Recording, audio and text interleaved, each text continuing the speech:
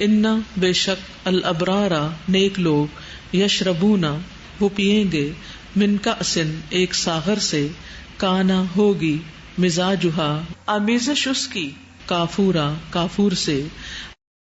ان الابرار بے شک نیک لوگ، اور ابرار جو ہے یہ برن کی جمع ہے، ایک ہوتا بار، بار کی جمع ہوتی ہے بررہ، کرام بررہ، اور یہ کیا ہے ابرار، برم بوالدیہ پیچھے آپ پڑھ چکے ہیں۔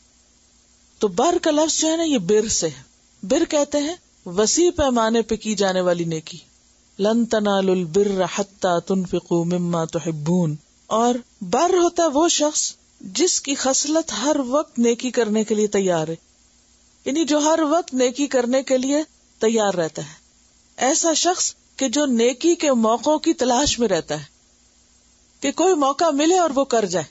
اور یہ کب ہوتا ہے؟ جب انسان کا دل شکر گزار ہوتا ہے۔ آپ دیکھیں کہ جب آپ اندر سے کنٹینٹ ہوتے ہیں نا، اندر سے آپ کے ایک اطمینان ہوتا ہے، تو پھر آپ کا morale بلند ہوتا ہے، پھر آپ کا کیا دل چاہتا ہے، اچھا میں اس کی بھی خدمت کروں، میں یہ بھی کام کر لوں، میں وہ بھی نیکی کما لوں، میں نماز بھی اچھے سے پڑھ لوں، میرا وضو بھی بہت اچھا ہو، میں صاف ستھرا بھی ہوں، میں اچھا پڑھوں۔ یعنی انسان کا پھر دماغ ہر وقت کس میں چلتا رہتا ہے؟ جب پازیٹیو تھنکنگ ہوتی ہے خیر اور بھلائی کے کاموں میں، اچھا اور کیا کروں، اور کیا کروں، اور کیسے، اور کتنا، کیونکہ اس کو اس بات کی توقع اور نہیں ہوتی ہے، اور نہ خیال ہوتا ہے کہ اچھا مجھے کیا مل رہا ہے اور مجھے تو کچھ ملا نہیں، تو اب میں کیا کروں، کیونکہ اس کے اندر جو احساس شکر ہے کہ مجھے تو بہت کچھ ملا ہوا ہے، اب میں دینے والا بنوں، کیونکہ دیتا کون ہے؟ جس کے اندر یہ احساس ہو کہ اس کے پاس بہت کچھ۔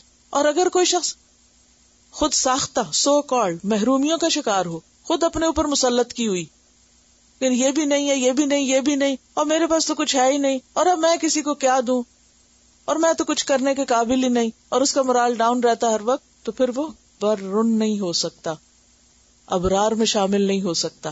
ابرار وہ لوگ ہوتے ہیں جو ہر وقت خوشی خوشی نیکی کرنے کے بہانے ڈھونڈتے رہتے ہیں، کچھ اور بھی کر لوں، اور بھی کر لوں، یعنی کر کے تھکتے نہیں، اور کبھی ان کو یہ احساس نہیں ہوتا کہ ہم نے بہت کر لیا، کیونکہ جس کو یہ احساس بھی ہو جائے وہ بھی پھر اور نہیں سوچتا، وہ کہتا ہے بہت کمائی کی ہوئی ہے اور کیا کرنی، تو وہ ریٹائر نہیں ہوتا کبھی نیکی سے۔ وسیع پیمانے پر اور ہر قسم کی، ہر موقع کی، ہر وقت کی، یعنی اپنی زندگی کو ضائع نہیں کرتا۔ اسی سے لفظ حج مبرور ہے، ایسا حج جو نیکیوں سے بھرا ہوا ہو۔ کبھی آپ نے غور کیا کہ وہ کہتے ہیں کہ حج مبرور نصیب ہو، ہاں، یعنی نیکیوں سے بھرا ہوا ہو، خیر اور بھلائی اس میں خوب خوب ہو، اور سنت کے عین مطابق ہو۔ اور حج کا موقع بھی چونکہ ایک صبر آزما موقع ہوتا ہے، تو اس میں بھی انسان پھر نیکی وہی کما سکتا ہے کہ جو پوری طرح اس کے لیے ذہنی طور پہ تیار اور ہر حال کو ایکسپٹ کرنے کے لیے راضی ہو۔ تو ان الابرار ایسے ہی نیک لوگ، یشربون پیئیں گے، من کأسن کأس سے، کأس کہتے ہیں جام شراب کو، ساغر کو، لیکن اس سے مراد یہاں پر کیا ہے؟ شراب، یعنی ساغر بول کے جو کچھ ساغر کے اندر ہے وہ مراد ہے۔ جیسے آپ کہتے ہیں نا میری اسلام آباد بات ہوئی ہے، اب اسلام آباد تو شہر کا نام ہے، تو وہ اس سے کیسے کی آپ نے بات؟ وہ مراد اس سے کیا ہے کہ اسلام آباد میں اس خاص متعلقہ شخص سے جو اس کام سے متعلق ہے۔ تو اسی طرح بعض اوقات ہم برتن بول کر اس کے اندر کا کھانا مراد لیتے ہیں، تو یہاں بھی کأس بول کر اس کے اندر جو کچھ ہے وہ مراد ہے۔ جب ہم کہتے ہیں نا ایک کپ تم بھی پی لو، تب کپ کون پیتا ہے؟ جو کچھ کپ کے اندر ہے وہ پیا جاتا ہے نا، تو یہاں بھی یہی مراد ہے۔ کہا کأس جا رہا ہے لیکن اشارہ جو اس کے اندر ہے اس کی طرف۔ من کأسن، اور من کا معنی جیسے آپ جانتے ہیں کبھی ابتدائیہ ہوتا ہے، کبھی زائد ہوتا ہے، کبھی تبعیض کا ہوتا ہے، کبھی بیانیہ ہوتا ہے، یعنی بیان کرتا ہے، اس کی وضاحت کرتا ہے کہ اس کے اندر کیا ہے، اور کبھی یعنی اس میں سے کچھ حصہ، سارا نہیں، جتنا دل ہو پی لیں، اور کبھی یہ ہے کہ زائد ہوتا ہے، کلام کی خوبصورتی کے لیے آتا ہے، اور کبھی اس خاص چیز کو ظاہر کرنے کے لیے جس کی طرف اشارہ ہے۔ یشربون من کأس، کأس سے یعنی کأس کے اندر جو کچھ ہے وہ پیئیں گے، کانا ہے، مزاجہا اس کی ملاوٹ یعنی اس میں ملا ہوا، کافورا آب کافور۔ کافور کسی چیز کا نام نہیں، کافور چشمہ ہے، جنت کا ایک چشمہ ہے، اور اس کو کافور کا کیوں نام دیا گیا؟ کیونکہ کافور جو ہے وہ ٹھنڈا بھی ہوتا ہے، خوشبو بھی ہوتی ہے، اس میں سکون کا احساس ہوتا ہے۔ تو کافور ایک ایسا چشمہ ہے کہ جس کے پانی میں ٹھنڈک اور خوشبو اور بہت ہی زبردست قسم کا پانی ہوگا، تو جنتیوں کو جو شراب دی جائے گی اس شراب میں کافور چشمے کا پانی بھی ڈالا ہوا ہوگا، جس کی اپنی ایک خوشبو ہوگی، یعنی مکس کیا ہوا ہوگا. اب دیکھیں کہ بعض اوقات آپ کوئی ڈرنک پیتے ہیں نا تو صرف ایک ہی بوٹل سے یا ایک ہی برانڈ یا کوئی ایک ہی چیز پیتے ہیں، اور بعض اوقات کیا کرتے ہیں تھوڑا یہ ڈالتے ہیں تھوڑا وہ ڈالتے ہیں، ملا کے پیتے ہیں. تو ملا کے جب ڈرنک پیے جاتے ہیں، جیسے آپ دودھ کے اندر شربت ڈال لیتے ہیں اور اسی طرح بادام ڈال لیتے ہیں، کبھی کوئی ملک شیک کے لیے کوئی فروٹ ڈال لیتے ہیں، تو وہ جو مکسچر ہے اس کا اپنا ہی ایک مزہ ہے. تو یہاں پر اس خاص چشمے کا تعارف کرایا جا رہا ہے کہ جس کے پانی میں یہ شراب مکس ہوگی اور وہ اس کا مکسچر پیئیں گے. تو مزاج کیا؟ Basically mixture. اور مزاج شریف جو ہوتا ہے انسان کا، اور مزاج بگڑا ہوا ہوتا ہے اور مزاج خراب ہوتا ہے اور مزاج اچھا ہوتا ہے. تو بیسیکلی مزاج جو ہوتا ہے یہ مزاج کا مطلب ہوتا ہے ملنا جلنا. انسانی جسم کے اندر مختلف طرح کی اخلاط ہیں، سودا صفرا وغیرہ. تو وہ جو ہے جب آپس میں مل جاتی ہیں تو ان سے انسان کی جو طبیعت بنتی، کسی میں ایک چیز غالب ہوتی ہے تو اس کا مزاج ایک طرح کا ہوتا ہے. کہتے ہیں نا یہ گرم مزاج ہے، یہ ٹھنڈا مزاج ہے. تو وہ اس کے اندر جسم کے اندر مختلف جو مادے ہوتے ہیں ان کا جو مکسچر ہوتا ہے اس میں جو چیز غالب ہوتی ہے ویسے مزاج ہوتا ہے. اسی طرح جو ہارمونل امبیلنسز وغیرہ تو وہ مزاج میں کچھ زیادہ ہو جاتی ہے چیز تو مزاج خراب ہوتا ہے، یا کوئی کم ہو جاتی ہے تو مزاج خراب ہوتا ہے. تو یہ مزاجات کا مطلب کیا ہے؟ مزاج یہ مزاج شریف نہیں بلکہ مزاج کا مطلب ملاوٹ یا مکسچر. تو مزاجہا کافورا، اس میں کافور ملا ہوا ہوگا، یعنی کافور چشمے کا پانی، کافور پاؤڈر نہیں کوئی. عینن ایک چشمہ ہے، یشربو پیئیں گے، بہا اس سے، عبادو بندے، اللہ ہی اللہ کے، یفجرونہا وہ پھاڑ لے جائیں گے اس کو، تفجیرا پھاڑ لے جانا. عینن کیا ہے؟ کافور ایک چشمہ ہے، یشربو پیئیں گے، بہا اس سے، عباد اللہ اللہ کے بندے. یہ ایسے ہی جیسے عباد الرحمن پیچھے آپ نے پڑھا، یعنی اللہ کے دوست، اللہ کے خاص چنے ہوئے بندے اس میں سے پیئیں گے. یفجرونہا اس کو بہا لے جائیں گے، تفجیرا بہا لے جانا. فجر کا معنی ہوتا ہے وسیع پیمانے پہ پھاڑنا، یعنی چشمے کی اوریجن تو ایک جگہ ہوگی، پھر ہر جنتی اپنے اپنے مقام پر وہاں سے اس کا راستہ بنا کے اپنی طرف اس کو بہا لے جائے گا. یعنی جیسے دنیا میں واٹر سپلائی کا ایک سسٹم ہوتا ہے نا، تو اس کے لیے تو بہت لمبے چوڑے مسئلے مسائل ہوتے ہیں، لیکن وہاں تو صرف طلب کریں گے، خواہش کریں گے، اور وہ چشمہ جہاں بھی ہوگا اس کا ایک نہر ہے یا اس کا جو ایک کٹاؤ کہہ سکتے ہیں یا وٹ ایور، وہ جدھر چاہیں گے لے جائیں گے. گھر میں ہوں گے تو وہاں لے جائیں گے، سیر پہ جائیں گے وہاں بھی لے جائیں گے.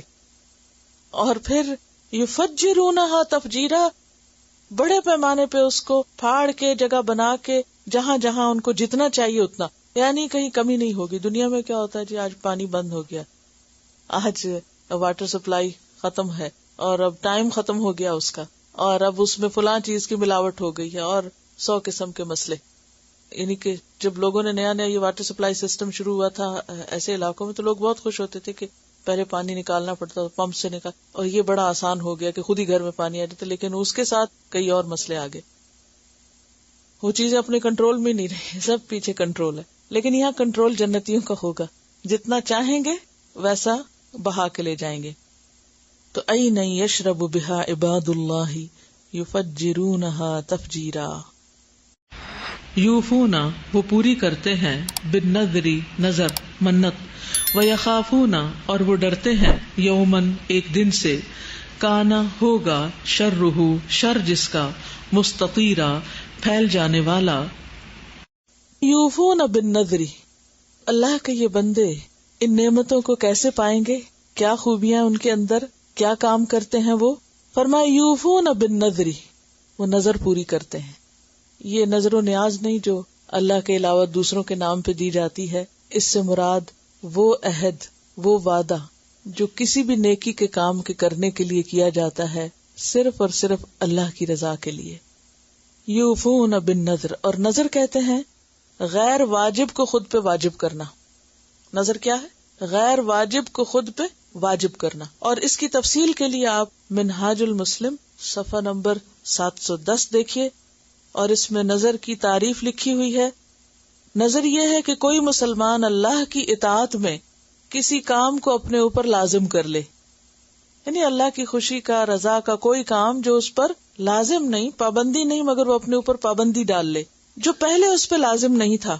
مثلاً یہ کہے کہ میں اللہ کے لیے ایک دن کا روزہ رکھوں گا یا 2 رکعت نماز پڑھوں گا. تو یہ جو ہم نظر مانتے ہیں اللہ کی رضا کے لیے، یہ پسندیدہ ہے. لیکن اگر یہ نظر مطلب کی ہے اور یہ انسان سمجھے کہ نظر ماننے سے میرا کوئی کام ہو جائے گا، تو یہ پسندیدہ نہیں.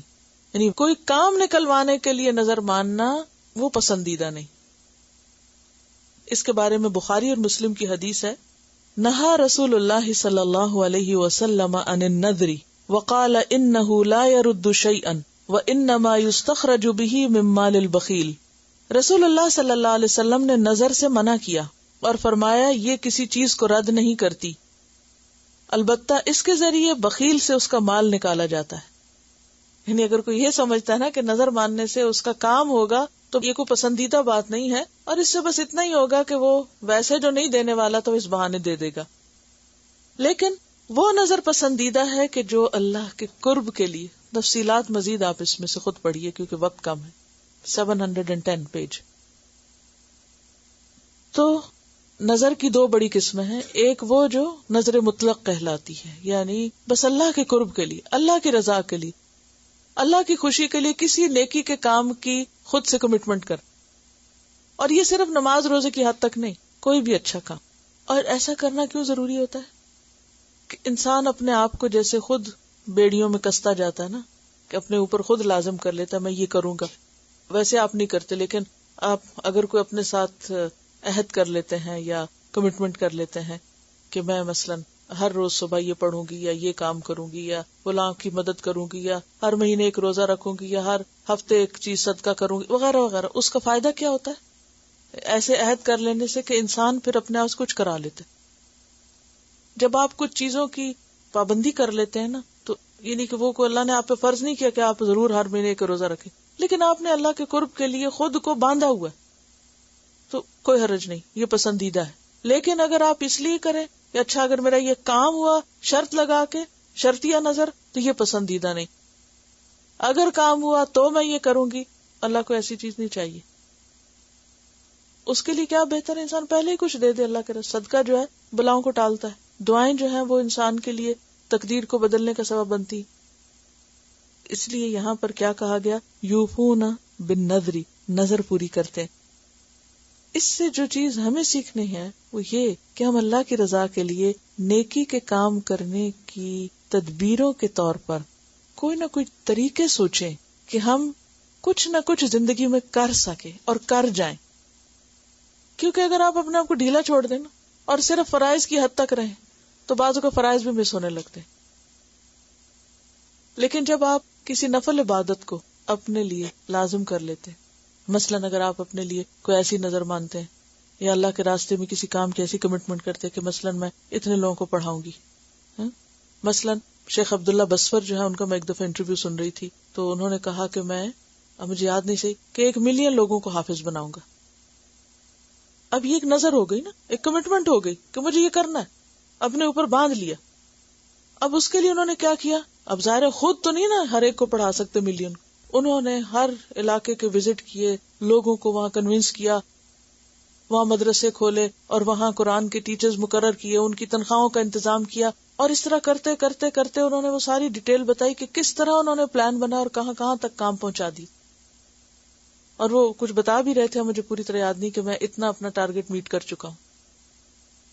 اب اگر زندگی میں انسان کوئی اپنے ٹارگٹس رکھتا ہے کہ میں یہ کام اتنا کروں گا، اتنے بچوں کو پڑھاؤں گا، اتنے لوگوں کو یہ کروں گا، چاہے آپ کے اوپر فرض نہیں، آپ کے نہیں جی میں تو ایک ہاؤس وائف ہوں اور یہ کہاں لکھا ہے کہ عورتیں یہ نیکی کے کام میں اپنے آپ کو کھپائیں اور ستائیں اور آرام کی زندگی ٹھیک ہے، بس ہم کون سے کیا غلط کام کریں، نماز روزہ کریں، ٹھیک ہے کر رہے ہیں. لیکن کوئی بھی آپ چھوٹا سا بھی جو نیکی کا کام ہو، اس کو فرائض کے علاوہ، نظر جو ہے نا یہ کیا ہے؟ فرائض کے علاوہ کسی ایسے کام کو اپنے اوپر فرض کر لینا جو تھا نہیں. اور پھر اصل چیز جو یہاں مطلوب ہے وہ کیا ہے؟ کمٹمنٹ نبھانا، عہد کی پابندی.